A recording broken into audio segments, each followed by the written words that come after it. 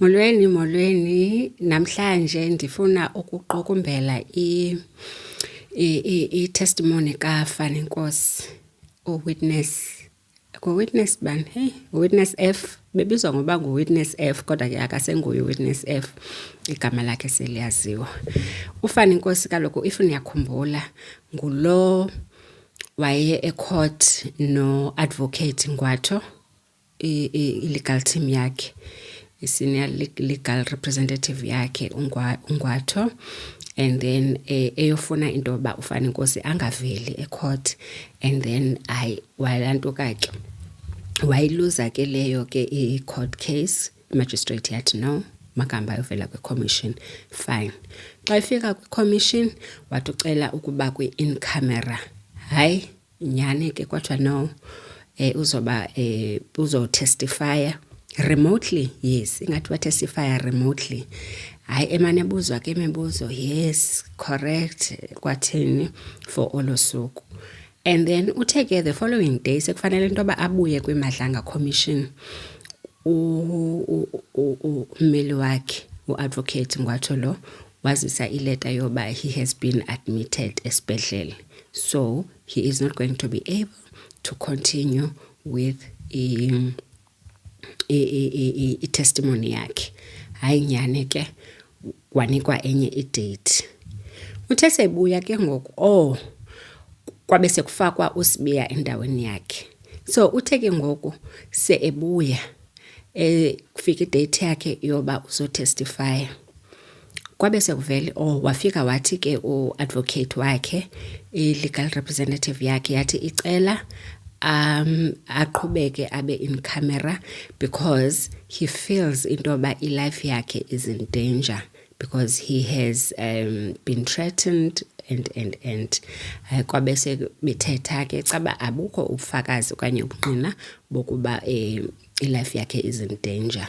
Kodwa no, okokuqala asizukwazi into yoba utestify in camera because siye sarealize into yoba the time kwakufika uDumisani Khumalo wakwa-Crime Intelligence wafika apha wasivezela ivideo yakho ukwa-Katie Molefe uphethe ibag allegedly enemali. So that paper bag ekwakuthiwa inemali, ifoto yayifunyenwe kwi-footage yomzi kaKatie Molefe. So the whole nation ibonile ivideo yakho, so there's no need yoba utestify in camera. And futhi General Shadrack Sibiya ufikile apha, simane sisithi makathi witness F avele akubize ngegama athi Surgeon Fani Nkosi. So abantu bayakwazi. So lento yakho yokuba nje uthi ufuna ukutestifya remotely or behind the scenes ayizukwenzeka lonto leyo. Hayi ke caca into yoba ke ngoku uzotestifya ke publicly simbona. Yo, hayi, Fani Nkosi siqale ke kwaqalwa ngoSibiya ke i-relations zakhe noSibiya, into yoba wavuma yonke into ke kuSibiya, into yoba yes, yena waxelelwa into yoba uSibiya ezifuna if uKat Matlala efuna ukuthetha naye izofane avaye to uFani Nkosi. Kwabe sekubuza ukuba why do you think that you had to be the middleman? Why ubungayizenzi wena, like why uShadrack Sibiya ebengathethi noMatlala? Uthe ke xa ngabe emkhava ke ubhululo wakhe wathi hayi inoba into yoba uhlale ngekho eofisini kuye kube khona izinto ekufanele attend urgently that involves umsebenzi, so that is why ube middleman. Okay, kwabuza indaba zase-ofisini into yoba and then wena ubuthatha abantu base-ofisini kaSibiya? Wathi yes, kodwa instruction kabani? Wathi kaSibiya. Elo xesha wayemphikile ke wathi ena akayazi loo nto leyo into yoba ungenisa abantu because uno-secretary unayo ne-security that he can even ask into yoba athatha abantu abase-ofisini. Le kaSergeant Nkosi akayazi. Wabuzwa about the impalas, wathi yes. Wayigqithisa imessage impala uba zizodilivwa phi. Le address uyayazi? Yes, yekaSibiya zadilivwa khona. and elo xesha wayephikile ke waphika waze wathetha iindaba zechicken ezazitheni. Niyakhumbula wethu ephika apho uShadrach Sibini, but ke ufike wayivuma yonke loo nto uFani Nkosi. Okay, sigqithe ke kuye kubuze kwinto yoba wethu i-warrant of arrest le kaMusa Khawula wawudibana nayo phi? Hayi, ndandinikwe nguSibiya. Hayi bo, uSibiya uthuma nini into yoba nihambe niyobopha uMusa Khawula oyibloga ngoba elantukile ebhala nge-politicians and ebhale nango-Cat Mahlala, because wa-expose a-relationship ka-Cat Mahlala ne-side chick. So Cat Mahlala wa-complaina nje, and they wanted i-security company into yoba ihambe yombamba uMusa Khawula. Waqibela ke esebanjiwe. Fine, sigqithe ke apho. Asikho apho, size ebesenenombolo kaloku abizwa ngayo. Kuyabuzwa ke uthi uCharleson, u-senior advocate, ngubani u-007, because i-WhatsApp chats zino-007. Why are they calling you 007? Athi hayi Commissioner, it's because I'm a zero tolerance. I'm a zero crime tolerance, izinto ezinjalo. And the explanation yakhe was like, oh please, ayikho ke lento oyitshoyo.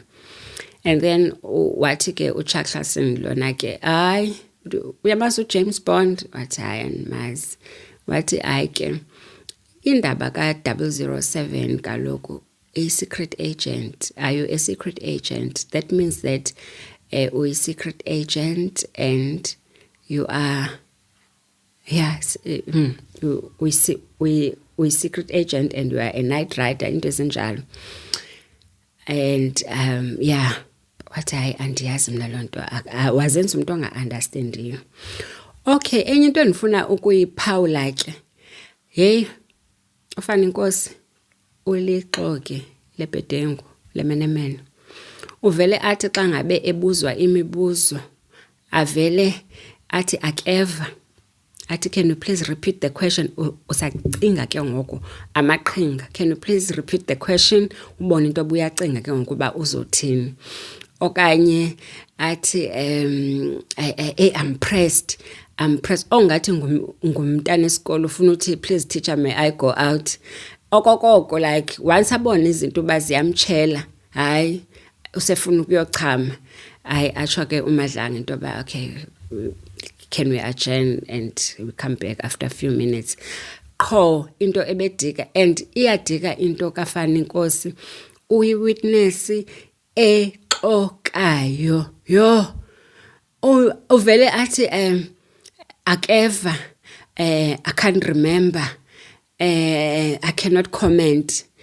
I no Commissioner. Azenza isidenge nje sento yoba engathi akazinto. Oh, hayi shame. And ke recently ke ngoku wacela i-interpreter. Ithe ifika nayo lo interpreter kwayinyuva dem nje ongaziyo uba kwenzeka ntoni, because interpreter nayo ifike aya understanda. Kwafika into yoba ngoku naye use-assista i-interpreter. Andithi bethe akasiva kaloku isiNgesi. Ebesithi akasiva isiNgesi, yalandwa ke i-interpreter. Xa silandwa i-interpreter uyayicorrecta, it no, I didn't say that, I said this. We're like, okay, so what was the need of the interpreter? Because ke besim-understanda ke now loba I sent that document,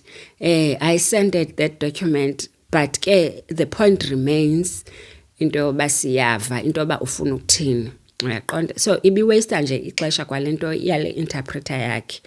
And omnye umuntu ohluphileyo ngulommeli wakhe, athi no, I feel into yoba i-client lam ngoku senilifake konene, khona i-documents ebezingazange zisubmithwe in time, we didn't have time to peruse all those documents. Uyabona into yoba nje these are delaying tactics nje, bafuna kuhamba ixesha, but ke iveki yonke iphelile iveki oko enika ubungqina ke uFani Nkosi uyabuyela na next week, because there is a lot. Ubuziwe ke kuthiwa kufunyenwe u385,000 kwisefu yakhe. Imali yantoni leyo, ibizokwenza ntoni? Uthi hayi ibiyimali kabhuti wakhe. Oh, ubhuti wakho ugcina 385,000 ekhaya? Hayi, yes. Kubuzwe into yoba umsibi njengoba kuba nemali othi ubunikezwe ucash akabhenki yena. Andithi kaloku umsibi lo utata wakhe lo i-father figure, niyakhumbula mos uMswazi uyi-father figure yakhe lo, into yoba utata lo into yoba uthi ke imali ibigcinwa ekhaya. So kuthiwa oh okay ebengabhenki, hayi no, so ebendithuma sometimes kwathini. Okay, kungatsho nto ke. Kubuzwe into oh khona ne-bikers. Hey, imali banemali aba bantu, uyeva? Unikwe i-798,000 yoba makahambe ayothengela uKatie Molefe ibike. So kwathiwa ke, did you deposit that money? Yes. Why deposit lo mali leyo u-798? Athi actually I bought 4 bikes for ekaKatie Molefe, bese ibe yibhayikha kababa uMsibi, ibe yibhayikha kaSteve Mutsomi, ibe yibhayikha kaMthakathi. Utsho xa kanjalo ukuthi wayethenge ezibhayikha ezi-4. You can imagine iya-deposithwa ke kulo noba Wonderland noba Waterland le company ethengisa ezibhayikha. Kuthiwa le company iyayivumela imali more than 1.5 million edeposithwa in cash. Uthi yes, they made an agreement kaloku because babengenayo imali ebank. Kuthiwa imaki khawukuthethe ke ngoku kakuhle, le mali engaka ivelaphi? Athi ke nake eziteksini. Oh, abesetsho ke sithi hayi kaloku ubaba una 200, more than 200 taxes that he owns. Kuthiwa oh wow, okay, now we understand. Hayi ke kuqethwe ke apho kuziwe kwinto yoba ke after kusweleke uBabita Deokaran wayesethumela i-pictures bakwenzeka ntoni Thembisa Hospital Matlala, esherela abanye ke aba engazisherela uMatlala. Kuyabuza uba why? Athi hayi kukhona owayengavani nabo uMatlala, so we were just gossiping into yoba he is involved in this tender fraud yaseThembisa, and there's someone that has been assassinated, or a whistleblower. Okay, ubushare. And iyakhalisa ke indaba yakhe ke uFani Nkosi, because information yakhe ininzi anayo. Information anayo ininzi ndikuxelela ngaba bantu abenza ezi zinto, because even ukusweleka kuka Aman Swart babanga kuthiwa after few hours, mhlawumbi 2 hours edutyuliwe, there were videos and photographs circulating. Kuthiwa why? Hayi no, sasishare nje. Uyayibona loo nto leyo, into yoba nje akwazi kaloku. Uyakhumbula mosila indaba ka-Aman Swart, into yoba ile yaseVereeniging ye-Transnet tender awaye-involved kuyo uKatie Molefe noLucky Molefe ongunyana wakhe nenephew yakhe babe-involved. And yeah, kwafumaniseka into yoba lo ingathi uyabhlokha wasuswa endleleni. So aba bantu aba once ube ngathi uyabhlokha with i-tender ezane-millions, uyablokhwa. Hayi ke kuzovela ke indaba ka-DJ Sambodi. Yakhumbula uDJ Sambodi kaloku into yoba waye wadutyulwa ehamba nee-bodyguards zakhe ekuseni, because savuka sesiva ezo ndaba into yoba uswelekile. Akaphindanga ashere i-picture ne-friend eyishare kwi-friend ka-DJ, kwi-best friend ka-DJ Samboti. And then usethi ke ngoku xa ngabe eyishare ke lela ntoka, why did you not call him into order? Uyabuzwa ke ngoku into yoba okay, uDJ Samboti uswelekile, wena uthumela i-picture yoba why engakholwanga into order. Wayezokholwa into order ngantoni? Yintoni le ubuyazi abeyenza? Hayi, wathi akazi yena, akazi nto into yoba wayethini, because into yakudala. Wacaphuka ke uTata uMadlanga wathi, yabona wena, xa sibuya elantukeni kwi-lunch break, I want you to tell me into yoba yintoni le ubuyazi. Wathi no, ndizomfowunela ke utshomilo wakhe uDJ Samboti ndimbuze into yoba kanene sasithetha ngantoni after his death. I think it was a day after or 2 days after eswelekile.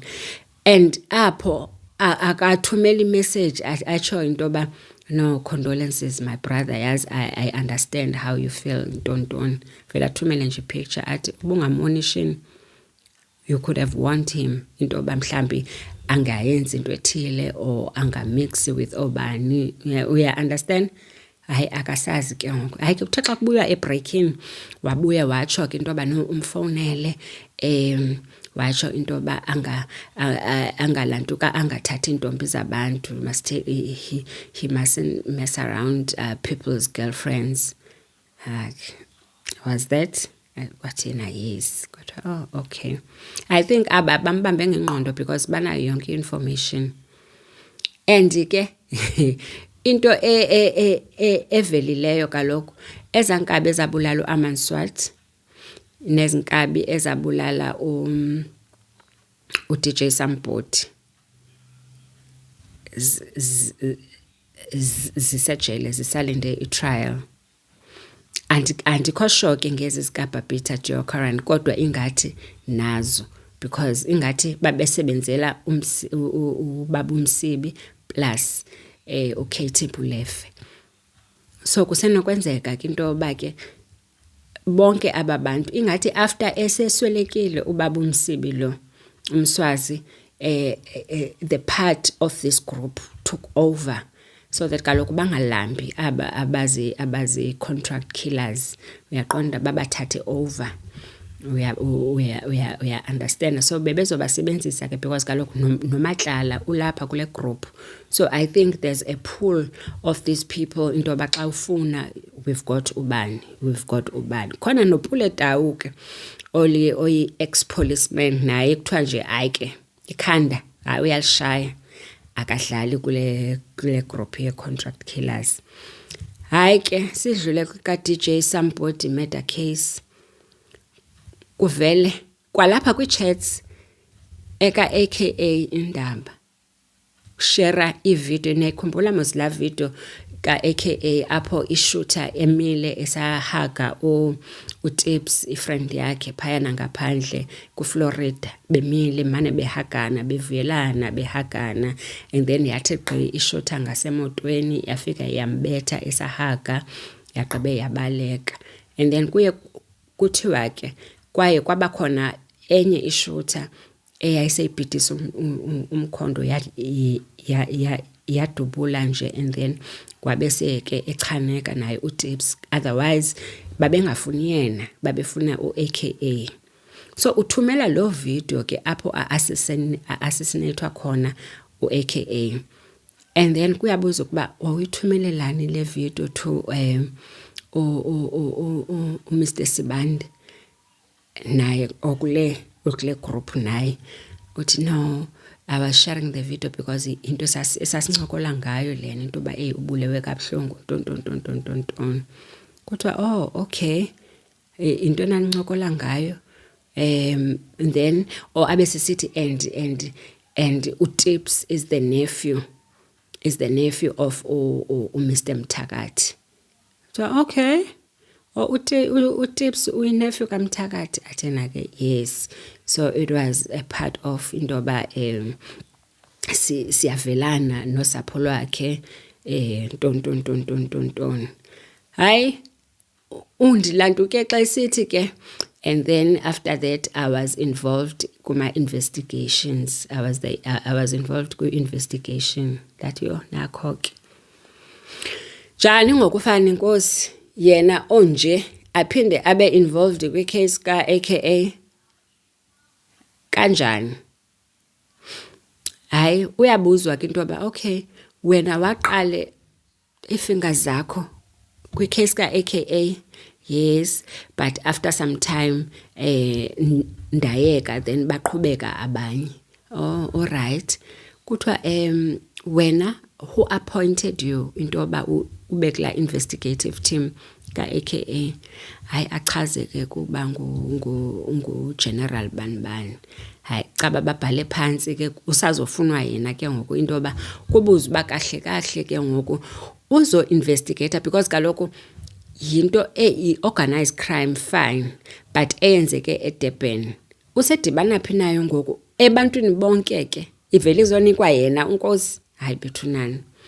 So ke ndothuswe into yoba ke uyabuya la Monday sisazova into yoba ke ngoku uza neziphi izishiqi kodwa uyakhathalisa. I don't wanna lie.